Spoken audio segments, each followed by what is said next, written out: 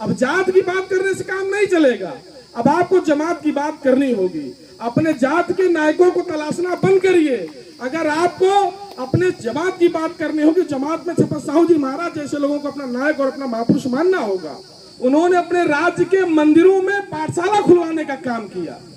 ये बात बहुत कम लोग जानते हैं। भाई अगर धर्म की लड़ाई छिड़ेगी, अगर आप दूसरे की पिच पर खेलेंगे, उस पिच पर उनको महारत हासिल है, आप आउट हो जाओगे। अभी हमारे राज्य में एक पार्टी है, भंडारा पार्टी बन गई है।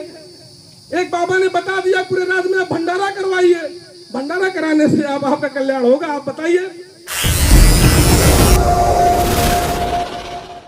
आज हम लोग यहाँ लहुआ विधानसभा की बैती कला की धरती पर आरक्षण के जनक, हम लोगों के मसीहा परम श्रद्धेय छतर साहू जी महाराज जी की जयंती मनाने के लिए इकट्ठा हुए। साथियों, आप लोग देखते होंगे, उस दौर को याद करिए जब मनुवाद का बोलबाला था। एक जात के ही लोग राजा बना करते थे। राजा और रानी जो है वो माँ की कोख से ही पैदा होते बन जाया करते थे कि किसके बेटे हुआ करते थे। छतर साहू जी महाराज ने उस दौर में ये उन्होंने फैसला लिया और कहा, जब समाज की दशा को उन्होंने देखा, दलितों पिछड़ों की दशा को देखा कि हमारे लोग श्रमजीवी हैं, श्रम करते हैं, देश इन्हीं का है, मूल निवासी यही है, संसाधन इन्हीं का है। कुछ उपनिवेशवादी लोग आकर के आपके संसाधनों पर कब्जा करके बैठे हैं। तो उन्होंने उस पीड़ा को समझा, उस दंश को समझा और उन्होंने जो है उनके साथ भी भेदभाव हुआ। अभी एक हमारे रेडियो साहब बता रहे थे, वो राजा थे, सुबह स्नान करने जाते थे तो प्रक्रिया है भाई, राजा स्नान करने जाएंगे तो उनका एक पुरोहित भी जाएगा, लेकिन मंत्र जो है पाठ कर रहा था, वो मंत्र वैदिक मंत्र नहीं था। तो उनके एक मित्र आए थे, विद्वान थे, वो संस्कृत को समझते थे। उन्होंने कहा, भाई आप कैसा मंत्र पढ़ रहे हो? एक जब महाराजा जब स्नान करता है तो उसके लिए ये मंत्र नहीं होते हैं। तो पंडित जी ने कहा, आप बात सही कह रहे हैं, आप शूद्र हैं, आप कुर्मी जाति से हैं, इसलिए हम आपका जो है आपके लिए वो मंत्र नहीं बोले जा सकते हैं। तो उस दौर में छतर साहू जी महाराज ने दलितों पिछड़ों को अपने राज्य में 50% आरक्षण देने का काम किया। और मैं एक काम और बता दूं, उन्होंने अपने राज्य के मंदिरों में पाठशाला खुलवाने का काम किया। ये बात बहुत कम लोग जानते हैं। छतर साहू जी, अगर हमारे आदर्श कोई हो सकते हैं, हम देखते हैं कि अगर हम लोग जब देखते हैं अपने जाति के राजा ढूंढते हैं और उन राजा का महिमा मंडन करते हैं और जाति कार्यक्रम करके अपने अपनी जातियों के महाराजाओं को श्रेष्ठ बता करके हम अपने आप उनका वंशज बताने का काम करते हैं।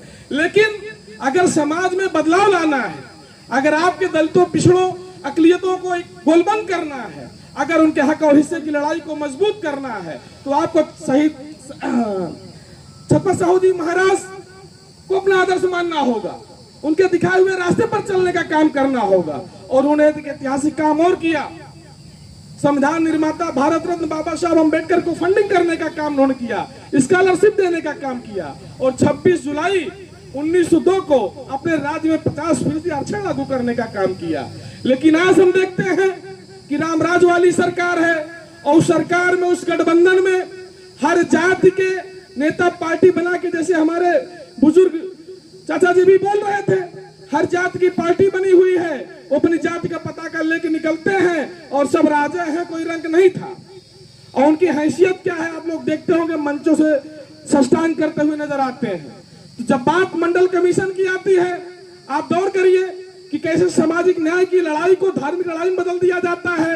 जब 7 अगस्त 1992 को मंडल कमीशन लागू होता है, तो मंडल कमीशन की लड़ाई, चूंकि इजारेदार वो जानते हैं, सामंती मनवादी जानते हैं, जो आपका हक हिस्सा मारते हो जानते हैं कि ये मंडल कमीशन की अगर 40 सिफारिश लागू हो गई तो ये भारत का जो बहुसंख्यक पिछड़ा समाज है ये अपना हक हिस्सा पा लेगा और हर जगह सरकारी नौकरियों में A ग्रेड से लेकर के B ग्रेड में काबिज हो जाएगा, जो मजबूत हो जाएगा, शिक्षा पा जाएगा, नौकरी पा जाएगी, इसकी मुफलिसी दूर होगी और हर जगह जो भागीदारी लेने का काम करेगा।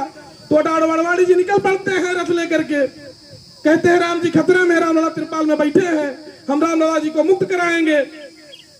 उस लड़ाई से क्या होता है, VP सिंह साहब ने, कल उनकी भी जयंती थी, VP सिंह साहब ने मंडल कमीशन को लागू कर दिया।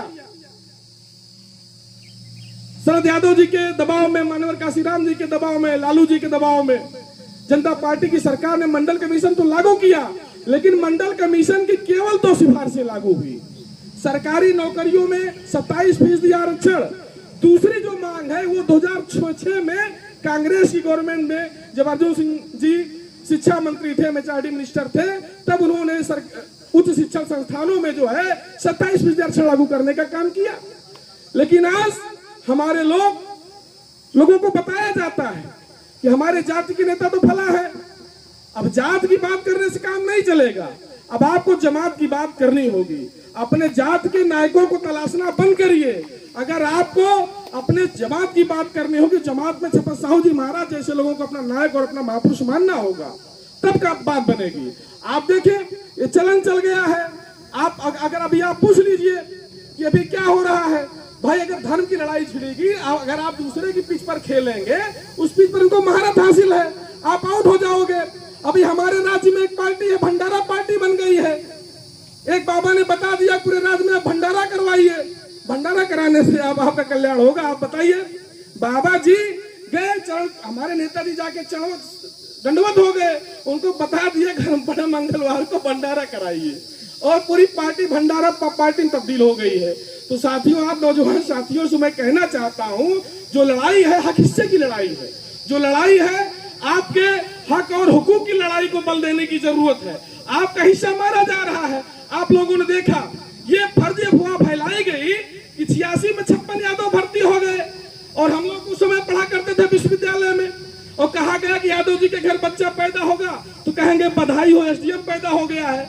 आज आपके अंदर ये चेतना क्यों नहीं आ रही है कि आज जब आप ये जो कर सको, आज बता सको 69,000 शिक्षक भर्ती में ओबीसी का 27% हिस्सा मारने वाले कौन लोग हैं? ये बात कौन बताएंगे? ये बात वो लोग बताएंगे जो बाबा साहब भीमराव अम्बेडकर को मानते हैं, जो छत्रपति साहू जी महाराज जी को मानते हैं, जो बीपी मंडल साहब को मानते हैं। तो सवाल, ये बात आपको समझनी होगी। आप राजनीति करिए। हम लोग दक्षिण भारत भी छात्र राजनीति के दौरान गए, केरल गए, हम लोग त्रिपुरा गए, तमाम सारे राज्यों में गए। हम लोगों ने देखा, दक्षिण भारत, तमिलनाडु भी गए। चौधरी साहब, दक्षिण भारत की राजनीति में एक सकारात्मक बात क्या है कि वहां सामाजिक संगठनों का जो दबाव होता है राजनीतिक दलों पर होता है, और हमारे उत्तर भारत में कमी यह है कि राजनीतिक दलों का दबाव जो होता है वो सामाजिक संगठनों पर होता है। भाई कोई भी राजनीतिक पार्टी, उसको सत्ता में आना है, उसके हिसाब से फैसले लेती है, लेकिन जो सामाजिक संगठन है वो सामाजिक न्याय की लड़ाई को बखूबी लड़ सके, उसको बल दे सके, उसके लिए आंदोलन चला सके, उसके लिए सामाजिक संगठनों को जो है मजबूत करने की आवश्यकता है। आप जाइए, दल में राजनीति करिए, और कभी कभी लिटमस टेस्ट भी आता है। हम लोगों ने देखा है इसी सुल्तानपुर के अंदर, इसी प्रतापगढ़ जौनपुर के अंदर जब जरूरत होती है तो हम लोग 85% का नारा देने वाले लोग हैं, लेकिन जब जरूरत पड़ती है, जब सामंतियों से मुकाबला करने की जरूरत होती है, लोग उन्हीं से समझौता कर लेते हैं, उनसे गलभैया खिलाते हैं, उनके हाथों बिक जाते हैं। तब हम जैसे लोग जो है विरोध करते हैं या विकल्प देने का काम करते हैं तो कहते हैं भाई इनका काम है बगावत करने का है।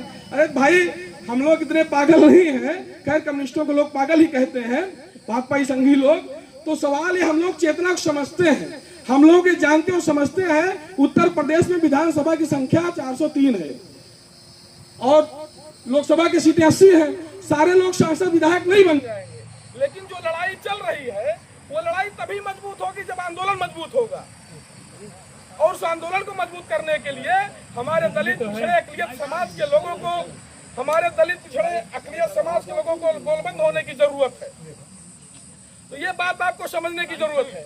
आज ओबीसी महासभा के द्वारा इस पहल पर हम सभी लोग यहाँ इकट्ठा हुए।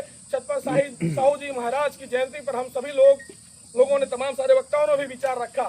हम आप लोगों से कहना चाहते हैं, और ये कहना चाहते हैं कि कोई ऊपर से कोई फरिश्ता या जो है पैगंबर नहीं आएगा, कि जो पैगंबर नहीं आएगा जो आपको जो है ये सलाह दे या कोई करिश्मा कर देगा, झाड़ू की कोई छड़ी घुमाएगा और परिवर्तन आ जाएगा।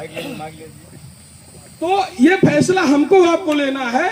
जैसा कि आप लोगों ने देखा, समाज ने 2024 में गोलबंदी दिखाने का काम किया, राजनीतिक परिणाम आपके सापेक्ष है, लेकिन अगर आप उस विचारधारा को और मजबूत करेंगे तो जो हिटलर शाही, तानाशाही, जारशाही चल रही है उससे आपको निजात मिलने का काम करेगी। हाँ, उसमें कुछ फैसले हमारे नेता गलतफहमी में ले लेते हैं, तो वो फैसला गलतफहमी में उस पार्टी का कार्यकर्ता या नेता की हैसियत नहीं है वो अपने नेता के सामने खड़े होकर के बोल सके और उनका प्रतिकार कर सके। लेकिन जो सामाजिक संगठन है उनकी भूमिका इतनी बड़ी है कि वो अपने प्रतिनिधिमंडल के साथ जा करके मिल करके ये बता सकते हैं कि फैसला आपको नेताजी ऐसा लेना चाहिए, समाज ये चाहता है। तो हमारे कहने का आशय केवल इतना है कि सामाजिक संगठनों की भूमिका बहुत बड़ी है, आज के समय में बड़ी जिम्मेदारी है उनके ऊपर, और हम जैसे लोगों को सामाजिक संगठनों को मजबूत करने की पहल करनी चाहिए। इन्हीं शब्दों के साथ आप